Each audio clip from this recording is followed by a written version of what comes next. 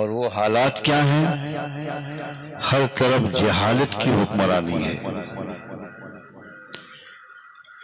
اور یہ قیامت کی نشانی ہے۔ جاہلوں کی حکومت ہوگی، چل رہی ہے، اور جاہل کی حکومت جب ہوگی تو اس کے پیروکار بھی ان پڑھ ہی ہوں گے۔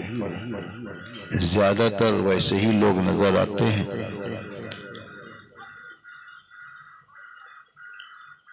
مولانا عقیل مجاہدی نے جو کچھ فرمایا ہے اس سے متعلق میں آپ سے ایک بات کہنا چاہتا ہوں۔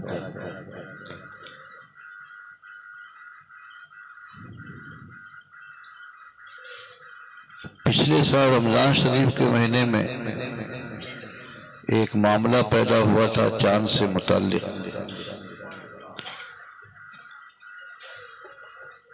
اور میں نے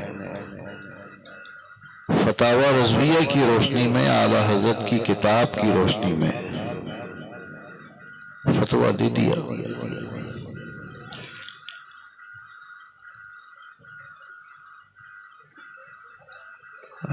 مگر میرے فتوے کے خلاف قاضی صاحب نے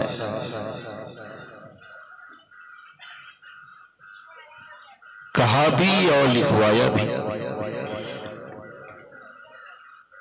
ایک وقت وہ آتا ہے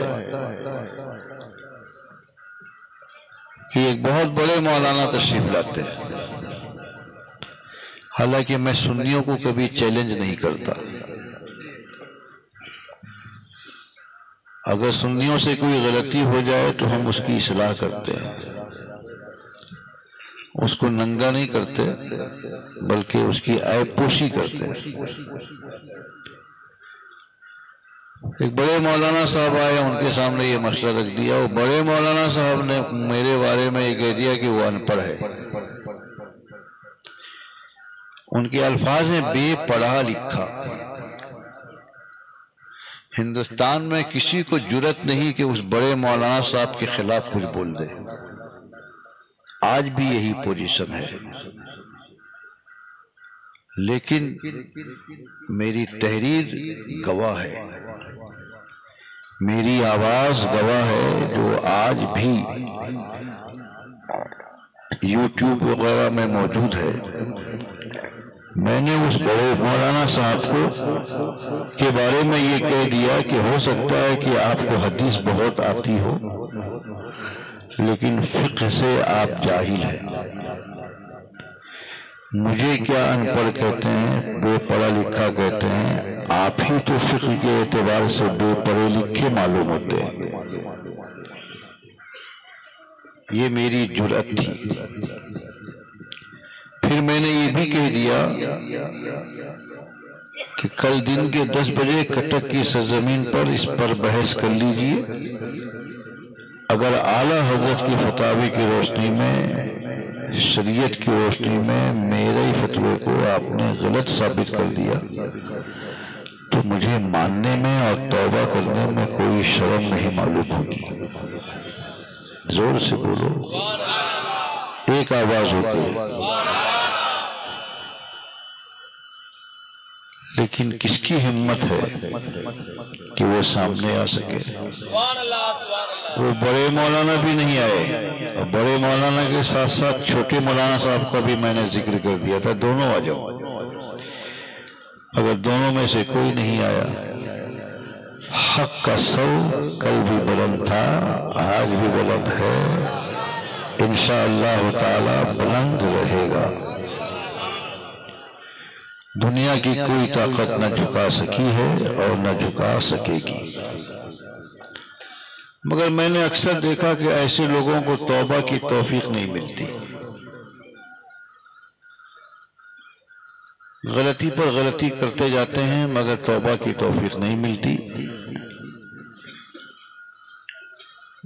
اس لیے کہ یہ سرکش ہے۔ پتہ نہیں ان کو اس بات کا احساس ہے کہ نہیں کہ موت ضرور آئے گی۔ موت کے بعد تو ہر ایک کو اپنے اعمال کا حساب چکانا ہوگا۔ ان کو کوئی ڈر نہیں، کوئی بھے نہیں، وہ خود ڈوبتے ہیں اور دوسروں کو بھی ڈباتے ہیں۔ جو لوگ ان کے نام کا مالا جپتے ہیں وہ کتنے بے توقیر ہیں۔ بے توقیر کا بھی معنی آپ نے سمجھا نہیں ہوگا، بے عزت ہیں، کہ اگر کوئی ان کو چیلنج کر دیتا ہے تو وہ 1000 مرتبہ اپنے پیر صاحب کو آواز دیتے رہ جائے، لیکن پیر صاحب کی طرف سے کبھی آواز ہاں کی نہیں آتی، لبیک نہیں آتی۔ جو بندہ دنیا میں کام نہیں آ سکتا ہے وہ آخرت میں کام کیسے آئے گا؟ زور سے بولو بھائی، میں پورے امنگ کے ساتھ تقریر نہیں کر پا رہا ہوں، لیکن میری باتیں تو آپ تک پہنچ رہی ہیں۔ جو دنیا میں کام نہیں آ سکتا وہ کل قیامت کے دن کیا کام آئے گا؟ عزیزم مجاہدین نے یہ فرمایا کہ قیامت کے دن انہوں نے فرمایا کہ دنیا میں وہ کسی کو لے کے چلتے ہیں، کوئی مسئلہ پوچھتا ہے تو کہتے ہیں مفتی صاحب سے پوچھ لیجیے، حالانکہ جن کو لے کے چلتے ہیں وہ لوگ بھی مفتی نہیں مگر لے کے چلتے ہیں، ان سے پوچھ لیجیے۔ تو آپ کس کام کے ہیں؟ اگر آپ کسی کام کے نہیں ہیں تو کیا صرف پیری مریدی کے لیے؟ اور شرم نہیں لگتی مسلک اعلی حضرت زندہ باد کا نعرہ لگاتے ہوئے؟ اعلی حضرت نے فتاوی رضویہ میں ارشاد فرمایا، ملفوظات میں ارشاد فرمایا کہ پیر ہونے کے لیے عالم ہونا ضروری ہے۔ جب آپ عالم نہیں ہیں، ان پڑھ ہیں، تو پھر آپ بیعت و ارشاد کا سلسلہ جاری کیوں رکھے ہوئے ہیں؟ اور آپ کا سلسلہ مریدی خود بتاتا ہے کہ اس سلسلے میں بھی آپ جاہل ہیں، کیونکہ آپ کا سلسلہ بیچ سے کٹا ہوا ہے۔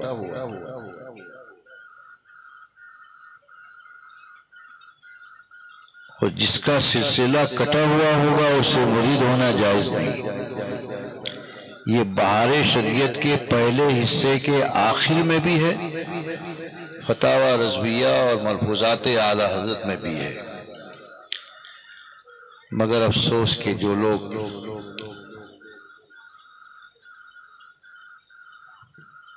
بلبلے پر بھروسہ کرتے ہیں، آج نہیں تو کل وہ پچھتائیں گے، یہاں نہیں تو وہاں ضرور پچھتائیں گے۔ ان کو بلاتے بلاتے لوگ تھک جاتے ہیں مگر یہ آتے نہیں ہیں، اور بلانے والے ان کے مریدین ہوتے ہیں، معتقدین ہوتے ہیں۔ لیکن آپ یہ اچھی طرح سے جانتے ہیں کہ میں آپ کا خدمتگار ہوں، آپ کے دین و ایمان کی حفاظت میں سرگرداں رہتا ہوں۔ آپ نے مجھے جب بھی بلایا، آل رسول نے کبھی نہ نہیں کیا، اور نہ یہ دیکھا کہ ہمارے مقابلے میں کون ہے۔ ہم بے خطر کود پڑے، اس لیے کہ ہم کو جو کچھ بھی کہنا ہوتا ہے اپنی طبیعت سے نہیں، نبی کی شریعت سے کہتے ہیں۔ اس لیے ہمیں ڈر کس چیز کا؟ بہرحال حضرات، اتنی باتیں میں نے اس لیے کہہ دی کہ آپ خود فیصلہ کرو کس کے ساتھ رہنا ہے، اور کس کے ساتھ رہنے میں دنیا اور آخرت کا مفاد ہے، فائدہ ہے۔ ورنہ گروپ بندی کرنے سے کوئی فائدہ ہونے والا نہیں ہے۔ گروپ قبر میں نہیں جائے گا. آپ اکیلے آئے ہیں، آپ کو اکیلے جانا ہے. اگر گروپ بندی کے چکر میں پھنس کے رہ گئے تو دنیا بھی برباد ہو جائے گی اور آخرت بھی. حکم خدا اور رسول سے چونکائے جاتے ہیں، مانو نہ مانو ہم تمہیں سمجھائے جاتے ہیں. حضرات، میں نے جس آیت کریمہ کی تلاوت کی ہے بڑی خوبصورت آیت ہے، اور اس آیت میں مومنوں کے لیے ایک عظیم الشان خوشخبری ہے. خوشخبری بھی تو سمجھتے ہوں گے، اچھی خبر ہے. وہ کیا ہے کہ آپ جانتے ہیں دنیا میں کوئی ایسا انسان نہیں جس سے کچھ نہ کچھ گناہ نہ ہوتا ہو. جب گناہ ہوتا ہے تو کوئی بھی تو ایسا طریقہ ہوگا جس سے گناہ سے آدمی پاک ہو جائے. اس کے لیے پروردگار عالم جل شانہ نے ایک عظیم الشان نسخہ بتایا ہے، اور بہت آسان نسخہ ہے. گناہ ہو جائے تو آپ گناہ سے پاک ہونا چاہیں تو کس طرح سے پاک ہو سکتے ہیں؟ اس کے لیے یہ نہیں ہے کہ کروڑوں کی جائیداد کو قربان کرنا پڑے گا. اس کے لیے یہ بھی نہیں ہے کہ آپ کسی بندے کے سامنے سر جھکائیں گے. نہیں، اللہ نے فرمایا ہے کہ جب تم سے گناہ ہو جائے، گناہ سرزد ہو جائے تو تم میری بارگاہ میں سر جھکاؤ. زور سے بولیے، میری بارگاہ میں سر جھکاؤ اور میری بارگاہ میں توبہ کر لو. جب توبہ کرو گے تو اللہ کیا کرے گا؟ تمہارے ساتھ کیا معاملہ فرمائے گا؟ وہ فرماتا ہے وَهُوَ الَّذِي يَقْبَلُ التَّوْبَةَ. اگر تم توبہ کرو گے تو اپنے اللہ کو توبہ قبول کرنے والا پاؤ گے. ایک آواز ہو کے بولیے، وَهُوَ الَّذِي يَقْبَلُ التَّوْبَةَ عَنْ عِبَادِهِ. وہ اللہ ہے جو اپنے بندوں کی توبہ قبول فرماتا ہے. وَيَعْفُو عَنِ السَّيِّئَاتِ. اور وہ بندوں کے گناہوں کو معاف فرما دیتا ہے. کتنا عظیم الشان نسخہ ہے. یعنی اگر کبھی آپ سے کوئی نافرمانی سرزد ہو جائے، گناہ سرزد ہو جائے، خطا ہو جائے، تو اس کا بہت آسان طریقہ یہ ہے کہ آپ توبہ کر لیں تو اللہ توبہ قبول فرما لے گا اور آپ کے گناہوں کو معاف فرما دے گا. یہاں تک کہ میرے سرکار نے فرمایا توبہ کرنے والا اگر توبہ کر لیتا ہے تو وہ گناہوں سے ایسا پاک ہو جاتا ہے جیسے اس نے گناہ کیا ہی نہیں. ایک آواز ہو کے بولیے. وقت بہت زیادہ ہو گیا ہے، یہ وقت جو ہے آنکھیں جھپکنے کا ہے. اللہ تبارک و تعالیٰ نے فرمایا اللہ تبارک و تعالیٰ نے فرمایا کہ اللہ اپنے بندوں کی توبہ قبول فرماتا ہے، اس کے گناہوں کو معاف فرما دیتا ہے.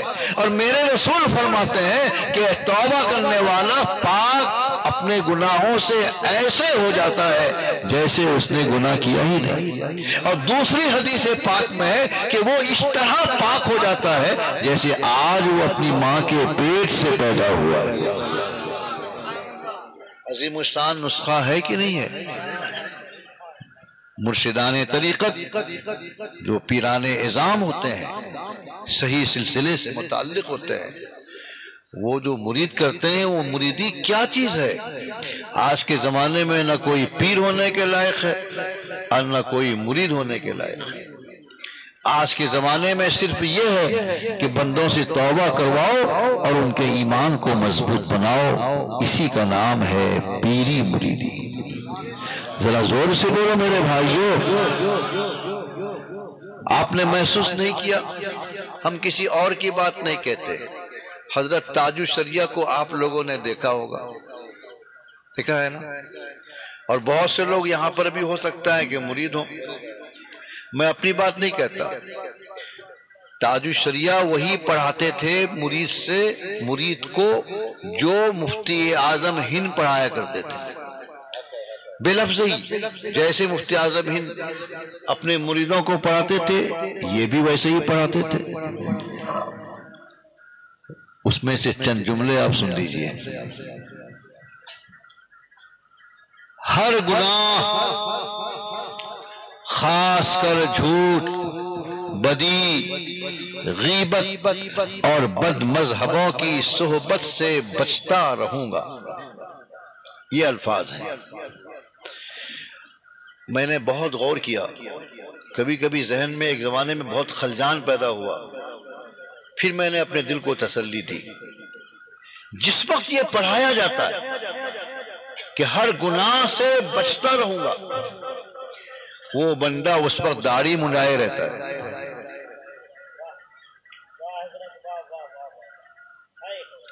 پہلے اس سے یہ وعدہ لیا نہیں جاتا کہ بول داڑھی رکھے گا تب میں مرید کروں گا۔ بولو میرے بھائیو، زور سے بولو، میں بھی یہی پڑھاتا ہوں۔ اس لیے میں کہتا ہوں کہ نہ اس زمانے میں کوئی پیر ہونے کے لائق ہے اور نہ کوئی مرید ہونے کے لائق ہے۔ ہم تو یہ جانتے ہیں کہ ہم اس لیے مرید کرتے ہیں کہ صرف ایک نسبت غوث اعظم کی طرف قائم کر دیں اور اس کے ایمان کے تحفظ کے لیے ضمانت لیں اور غوث اعظم کے حوالے کر دیں۔ اپنا کون مرید ہے؟ سب غوث اعظم کے مرید ہیں، اپنا کوئی نہیں۔ ہمارے اندر طاقت ہی نہیں ہے کہ اس دور کے مریدوں کو سنبھال سکیں،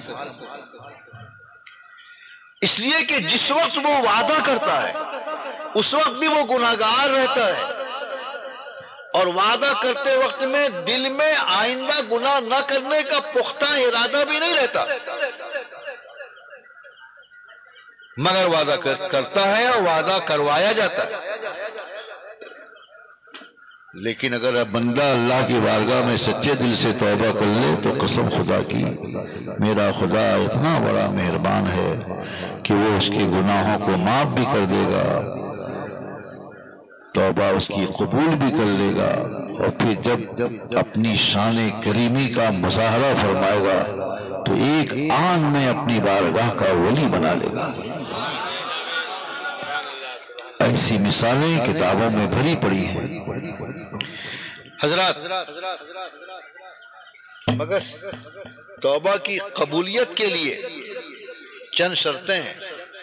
اگر ان شرطوں کے ساتھ بندہ توبہ کرے گا تو اللہ تبارک و تعالی توبہ بھی قبول فرمائے گا، گناہوں کو معاف بھی فرما دے گا، اور پھر وہ بندہ ایسا ہو جائے گا کہ جیسے اس نے گناہ کیا ہی نہیں۔ کیا آپ چاہتے ہیں کہ وہ شرطیں کیا ہیں جانیں؟ کیا شرط ہے توبہ کی قبولیت کے لیے؟ کیا آپ اس کو جاننا چاہتے ہیں؟ ہاتھوں کو لہرا کے بولیے سبحان اللہ۔ اسٹیج ہمارا خالی ہو گیا۔ جن جن لوگوں نے پہلے خدمت انجام دی وہ چل بسے، اور میں ان نعت خانوں کو نہیں سمجھ پاتا ہوں، شاعروں کو نہیں سمجھ پاتا ہوں کہ اشعار پڑھتے ہیں، وہ عام طور سے بھی چل دیتے ہیں۔ علماء کی تقریر وغیرہ سے ان کو کوئی شغف نہیں ہے، حالانکہ دینی معاملات میں یہ بہت کورے ہوتے ہیں الا ماشاء اللہ۔ تو حضرات یہ جاننا ہے کہ توبہ کی قبولیت کے لیے شرط کیا ہے۔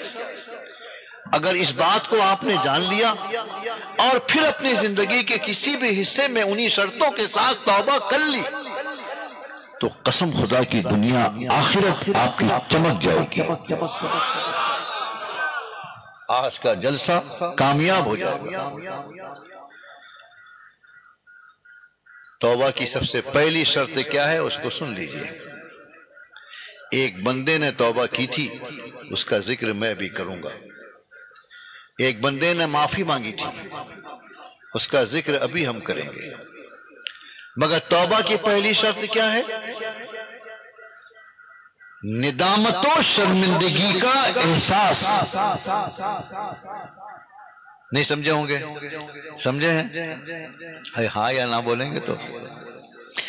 ندامت و شرمندگی کا احساس کا مطلب ہے کہ بندہ شرمندہ ہو کہ مجھ سے یہ گناہ ہو گیا. شرمندگی تو آپ تو سمجھتے ہوں گے. بندہ شرمندہ ہو کہ مجھ سے یہ گناہ ہو گیا، مجھ سے یہ خطا ہو گئی، میں یہ نافرمانی کر بیٹھا اللہ کی. اگر دل میں ندامت ہے، شرمندگی ہے، اور اس کے ساتھ وہ توبہ کرتا ہے تو اللہ اس کی توبہ کو قبول فرماتا ہے. زور سے بولتے رہیے، اللہ اس کی توبہ کو قبول فرماتا ہے. ایک بندہ ہے، زندہ ہے، اور جس بندے کے بارے میں بولا تھا اس کا انتقال ہو چکا. انشاءاللہ 20 تاریخ کو جلسر میں ایک عظیم الشان جلسہ ہے، اس جلسے میں ضرور تشریف لائیے. بہت اہم گوشے پر روشنی ڈالی جائے گی. 20 تاریخ کو جلسر آئیے. ایک بندے نے اسٹیج پر کہا تھا، کیا کہا تھا؟ ایک بڑے اچھے مولانا کے بارے میں. اس کا قصور کیا تھا؟ اس کا باپ غیر مقلد تھا اور اس کی ماں سنی تھی. غیر مقلد بھی نہیں جانتے ہوں گے آپ، وہابی تھا. وہابی کئی قسم کے ہوتے ہیں، اس میں سے ایک غیر مقلد ہوتا ہے جس کے بارے میں اعلیٰ حضرت نے دیوبندیوں کی طرح مرتد نہیں کہا ہے، کافر کلامی نہیں کہا ہے. اس کی 3 قسمیں بیان کی، بہت لمبا ہو جائے گا اور سب باتیں آپ کی سمجھ میں نہیں آئیں گی. مگر اس بندے نے غیر مقلد کے عالم بیٹے کے بارے میں اسٹیج پر کہہ دیا کہ یہ حرامی بچہ ہے. بولیے استغفر اللہ. کیا کہا؟ حرامی بچہ ہے. یہ بولنے والا آپ کو حلالی معلوم ہوتا ہے؟ اسٹیج پہ بولے گا کسی عالم کے بارے میں کہ یہ حرامی بچہ ہے. اگر حقیقت میں ہوتا تو بھی جائز نہیں. کیا پڑھے لکھے لوگ ہیں، کیسے ایسے مسندوں پر فائز ہو جاتے ہیں. اسٹیج پر بول رہا فلاں حرامی بچہ ہے، اور وہاں پر موجود علماء خاموش رہے. ایک عالم نے بھی احتجاج نہیں کیا اور نہ اس کو ٹوکا کہ یہ اسٹیج ہے، اور وہ بھی کسی عام بزرگ کا اسٹیج نہیں ہے، مجاہد ملت جیسے بزرگ کا اسٹیج ہے. وہی بات بولو جو منشأ مجاہد ملت کے مطابق ہو. اور جس عالم کے بارے میں بولا وہ عالم مجاہد ملت کا مرید، وہ عالم مجاہد ملت کا خلیفہ، وہ عالم مجاہد ملت کا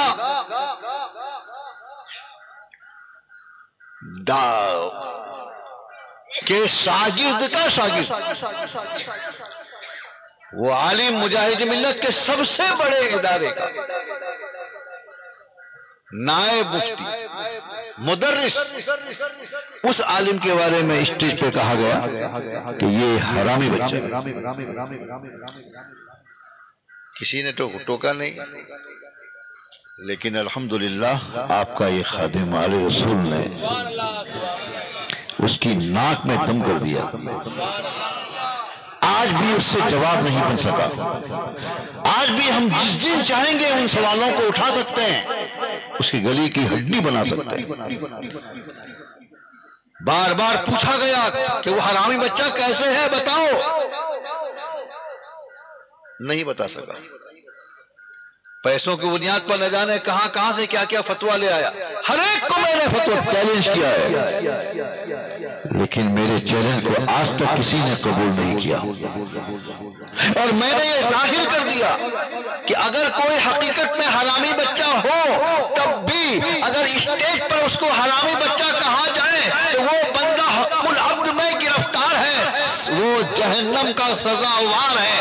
جب تک وہ جس کو حرامی بچہ کہا ہے اس سے وہ معافی نہیں مانگے گا، جب تک وہ اس کو معاف نہیں کرے گا اللہ تبارک و تعالیٰ بھی اس کو معاف نہیں فرمائے گا.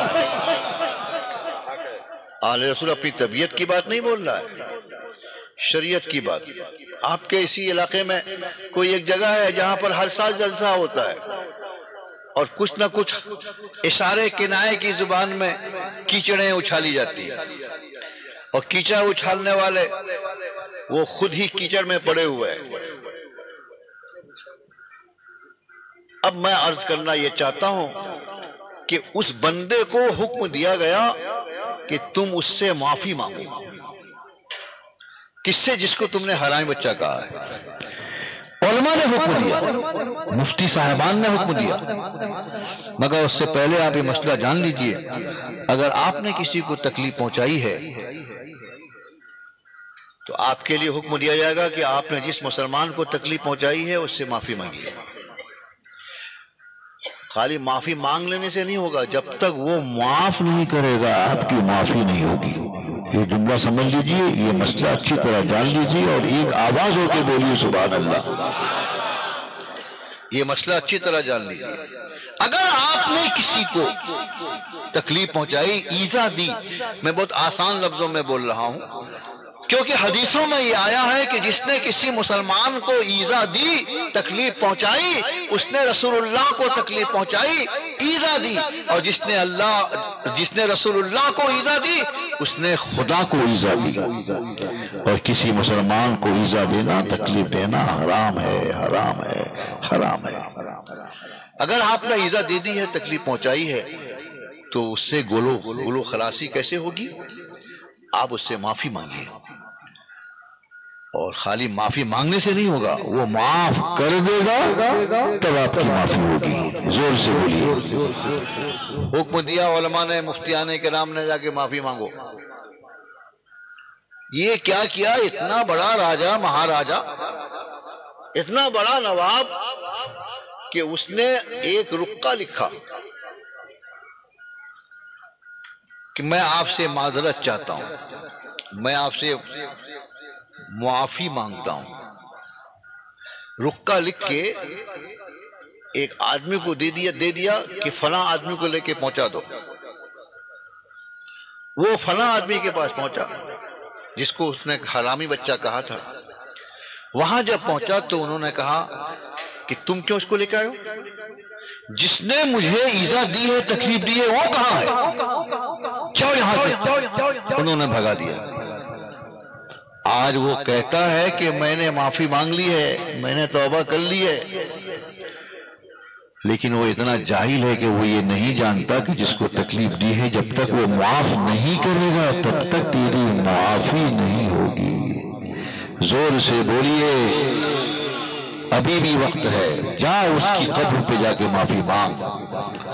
جب تک وہ معاف نہیں کرے گا اللہ بھی نہیں بخشے گا۔ اور بندوں یہ حقوق دو قسم کے ہوتے ہیں، ایک اللہ کا حق اور ایک بندے کا حق۔ اللہ اپنا حق تو معاف کر دیتا ہے لیکن بندوں کا حق معاف نہیں کرتا جب تک بندہ خود معاف نہیں کر دے۔ اور ہم نے کتابوں میں پڑھا، احادیث میں پڑھا کہ بندے دنیا میں تو ایک دوسرے کو معاف کر دیتے ہیں، لیکن اگر کوئی بندے کا حق رہ گیا، تکلیف پہنچائی ہے، کل قیامت کے دن وہ بندہ معاف نہیں کرے گا۔ جب وہ بندہ معاف نہیں کرے گا تو خدا بھی معاف نہیں کرے گا، تو اس کا ٹھکانہ کہاں ہوگا؟ اور جس کا پیر جہنم میں جائے گا اس کے مرید کہاں جائیں گے؟ اللہ رحم فرمائے۔ اس لیے میرے بھائیوں، معافی مانگنے کے لیے، توبہ کرنے کے لیے ضروری ہے کہ سب سے پہلے ندامت اور شرمندگی کا احساس ہو دل میں۔ اس کے بعد اگر بندہ توبہ کرتا ہے تو اللہ اس کی توبہ کو قبول فرماتا ہے۔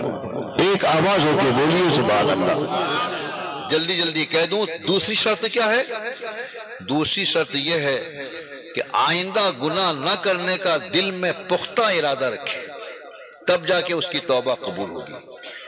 تیسری شرط کیا ہے کہ صدق دلی سے، سچے دل سے توبہ کرے، اپنے دل کو خشیت ربانی کا گنجینہ بنا کر توبہ کرے، کسی کے دباؤ میں آ کر توبہ نہ کرے۔ سچے دل سے اگر اللہ کی بارگاہ میں توبہ کرتا ہے تو اس کی توبہ قبول ہوتی ہے۔ کتنی شرطیں ہو گئیں؟ 3۔ اور چوتھی شرط کیا ہے کہ جب توبہ کرے تو حضرت آدم علیہ السلام کی سنت پر عمل کرتے ہوئے اپنے رسول کو وسیلہ بنا کر توبہ کرے۔ اگر ایسا کرتا ہے تو اللہ تبارک و تعالی اس کی توبہ کو قبول فرمائے گا۔ مطلب کیا ہوا؟ توبہ کی قبولیت اسی صورت میں ہوگی، توبہ اسی صورت میں قبول ہوگی کہ جب بندہ ندامت و شرمندگی کے احساس کے ساتھ صدق دلی سے خشیت ربانی کا گنجینہ اپنے سینے کو بنا کر اپنے رسول صلی اللہ علیہ وسلم کو وسیلہ بنا کر اگر بندہ توبہ کرتا ہے تو اللہ اس کی توبہ کو قبول فرمائے گا، گناہوں کو معاف فرما دے گا، اور جب وہ اپنی شان کریمی میں آئے گا، مظاہرہ فرمائے گا، تو وہ اس کو اپنی بارگاہ کا ولی بنائے گا۔ سبحان اللہ۔ ایک مثال دے کر اپنی گفتگو کو ختم کروں گا کہ کس طرح بندہ توبہ کرتا ہے تو اللہ اس کی توبہ قبول کرتا ہے، اور پھر اس کے گناہ کو معاف کرنے کے بعد کیسے اس کو اپنا ولی بنا لیتا ہے۔ حضرت ابراہیم بن ادھم بہت بڑے بزرگ گزرے، وہ راستے سے گزر رہے تھے، دیکھا کہ ایک بندہ ہے کہ شراب کے نشے میں دھت زمین پر پڑا ہوا ہے، مدہوشی کا عالم ہے، اور اس کی زبان سے نکل رہا ہے اللہ اللہ اللہ۔ حضرت ابراہیم بن ادھم رک گئے، پانی منگوایا، اس کے منہ میں چھینٹا مارا اور فرمایا نادان، کتنی پاک ذات کا نام لے رہا ہے اور ایسی ناپاک زبان سے؟ پہلے تو اپنی زبان پاک کر، پھر خدائے پاک کا نام لینا۔ کہہ کے چلے گئے۔ تھوڑی دیر کے بعد جب اس کا نشہ حرن ہوا، ہوش میں آیا، تو لوگوں نے بتایا کہ حضرت ابراہیم بن ادھم نے ایسا ایسا تیرے ساتھ کیا ہے اور تجھ کو اس حالت میں دیکھ کر گئے ہیں۔ دل میں اس نے بہت ندامت کا احساس کیا، اور اس نے اپنے دل سے کہا کہ اے فلاں، اس کے دل نے کہا کہ اے فلاں، تیرا گناہ اتنا عام ہو گیا کہ ابراہیم بن ادھم جیسا بزرگ بھی تیرے گناہ سے واقف ہو گیا۔ اس کے بعد وہ چلا گیا۔ حضرت ابراہیم بن ادھم رات کو عشاء کی نماز پڑھنے کے بعد تھوڑی دیر سوتے ہیں، نیند کی آغوش میں پہنچتے ہیں تو وہ ایک آواز سنتے ہیں، غیبی آواز تھی۔ آواز دینے والا آواز دیتا ہے کہ ابراہیم، تو نے میری ذات کے لیے ایک شرابی کی زبان کو پاک کیا تھا، میں نے تیری ذات کے لیے اس کے دل کو پاک بنا دیا ہے۔ آنکھیں کھل گئیں حضرت ابراہیم بن ادھم کی، اور یہ کہاں لکھا ہے؟ نزہۃ المجالس میں، جو بہت معتبر کتاب ہے۔ آنکھیں کھلی، حضرت ابراہیم بن ادھم وضو فرماتے ہیں اور مسجد کی طرف جاتے ہیں۔ جب مسجد پہنچے تو کیا دیکھا کہ وہ شرابی ان سے پہلے آج مسجد میں نماز کے لیے پہنچا ہوا ہے اور نماز پر نماز پڑھتا جا رہا ہے۔ حضرت ابراہیم بن ادھم نے جب وہ نماز سے فارغ ہوا تو پوچھا، توجہ ہے آپ لوگوں کی؟ زور سے بولیے، کیونکہ اگر ذرا بھی ادھر ادھر ذہن بھٹک جائے گا تو بات سمجھ میں نہیں آئے گی، کیونکہ اس شرابی کا جو جواب ہے وہی دراصل اس پوری حکایت کا فرد کامل ہے، اس لیے آپ کو ہوش و گوش کے ساتھ سننا ہے۔ حضرت ابراہیم بن ادھم نے اس سے کہا کہ دن میں تو شرابی تھا، اتنا بڑا نمازی کیسے بن گیا؟ تو وہ شرابی نے، جس نے توبہ کر لی تھی، جواب دیا کہ حضور آپ مجھ سے پوچھ رہے ہیں، اللہ نے تو آپ کو خواب میں سب کچھ بتا دیا ہے۔ کچھ سمجھ میں آیا؟ آپ مجھ سے پوچھ رہے ہیں، اللہ نے تو آپ کو خواب میں سب کچھ بتا دیا ہے۔ حضرات، خواب دیکھنے والا جو خواب دیکھتا ہے عام طور پر ایسا ہوتا ہے کہ اس کو خود ہی اپنا خواب یاد نہیں رہتا، اور اگر اس کے بغل میں کوئی سویا ہوا ہو، کتنا ہی قریبی ہو، وہ خواب میں کیا دیکھ رہا ہے بغل والا اس کو جان نہیں سکتا۔ اگر دور میں کوئی رہے گا تو وہ کیا جانے گا؟ کسی کے خواب کو جان لینا یہ علم غیب ہے، چھپی ہوئی باتوں کا علم ہے. کسی کے خواب کو، سپنا کو جان لینا یہ چھپی ہوئی باتوں کا علم ہے، اور اسی کا نام علم غیب ہے. اب دیکھیے وہ شرابی، کچھ دیر پہلے وہ شرابی تھا، حرام کار تھا، شراب خور تھا، لیکن ندامت و شرمندگی کے احساس کے ساتھ آئندہ شراب نہ پینے کا دل میں پختہ ارادہ رکھتے ہوئے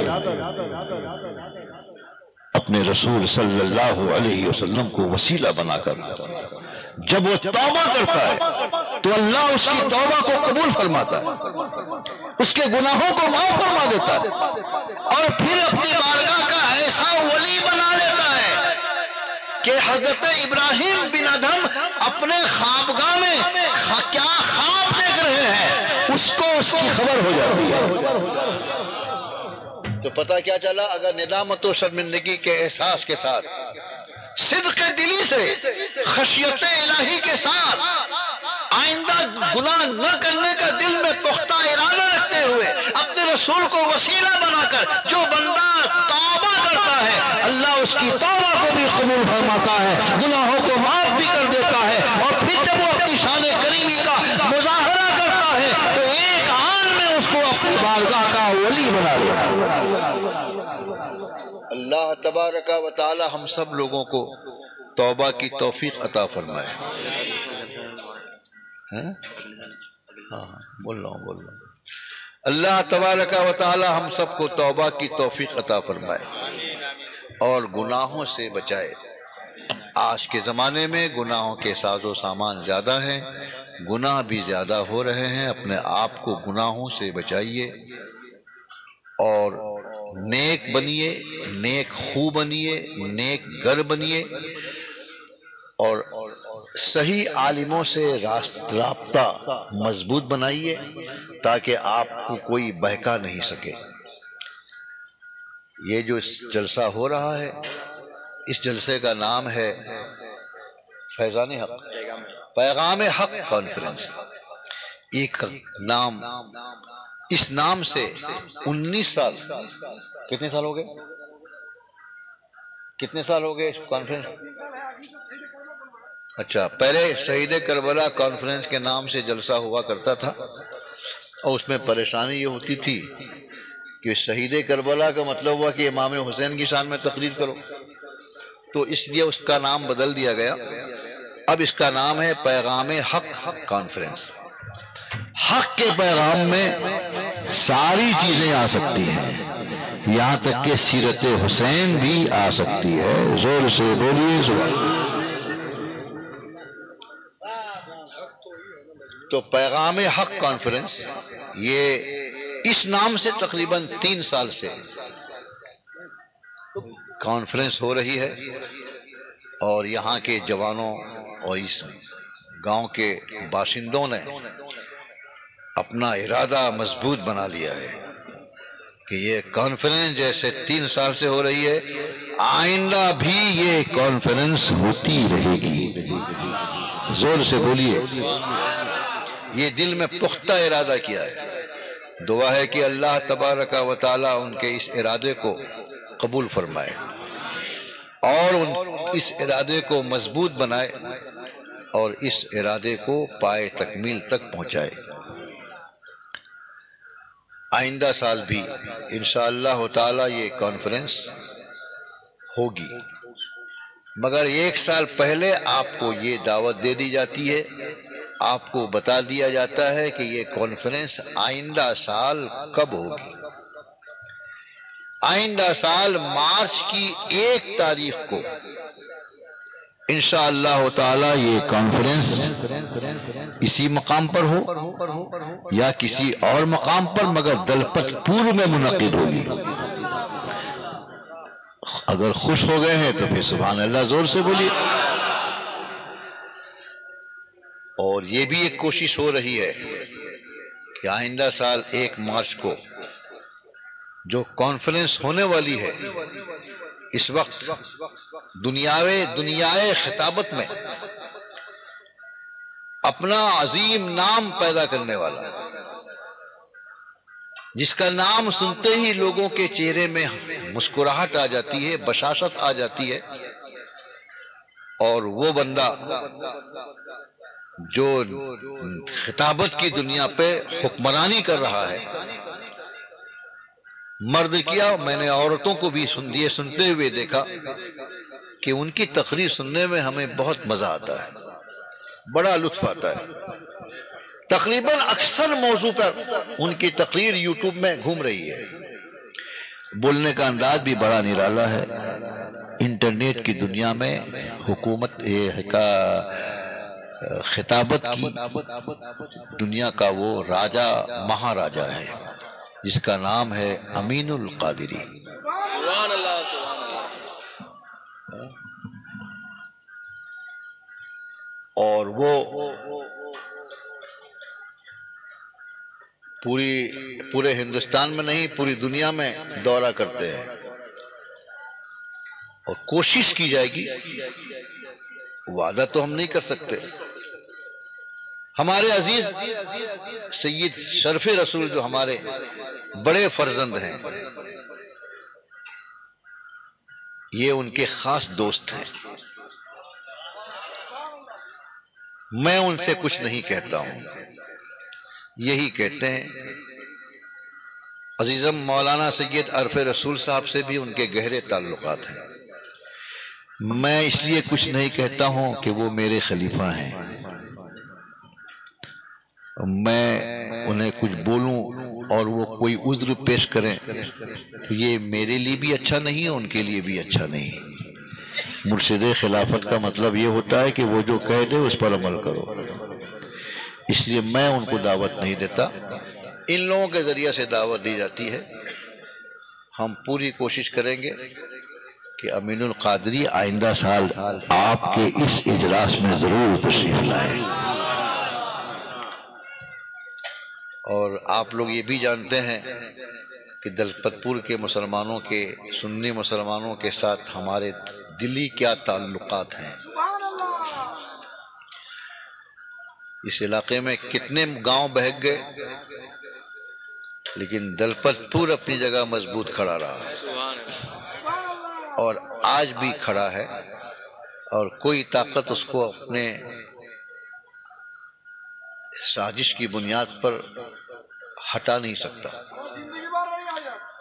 جی، اللہ تبارک و تعالی آپ لوگوں کی محبت کو، جذبات کو سلامت رکھے، اور میں بھی یہ آپ لوگوں کے سامنے ظاہر کر رہا ہوں کہ دنیا میں جیسے آپ میرے ساتھ ہیں، انشاءاللہ قیامت میں بھی آپ میرے ساتھ رہیں گے۔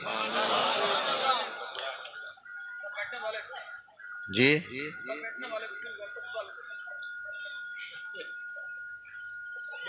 جی، جو بھی میرے مرید ہیں، مجھ سے محبت کرنے والے ہیں، انشاءاللہ تعالی کل وہ میرے ساتھ رہیں گے، اور میرا یقین ہے کہ میں اکیلا نہیں رہوں گا، ہمارے بزرگ ہمارے ساتھ ہوں گے۔ ویسے بھی یہ میں اپنی طرف سے نہیں بول رہا ہوں، خود رسول پاک نے فرمایا ہے،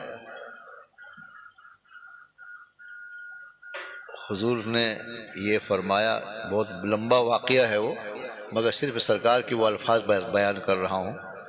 حضور نے فرمایا، اچھا اس کو سن لیجئے دو جملوں میں۔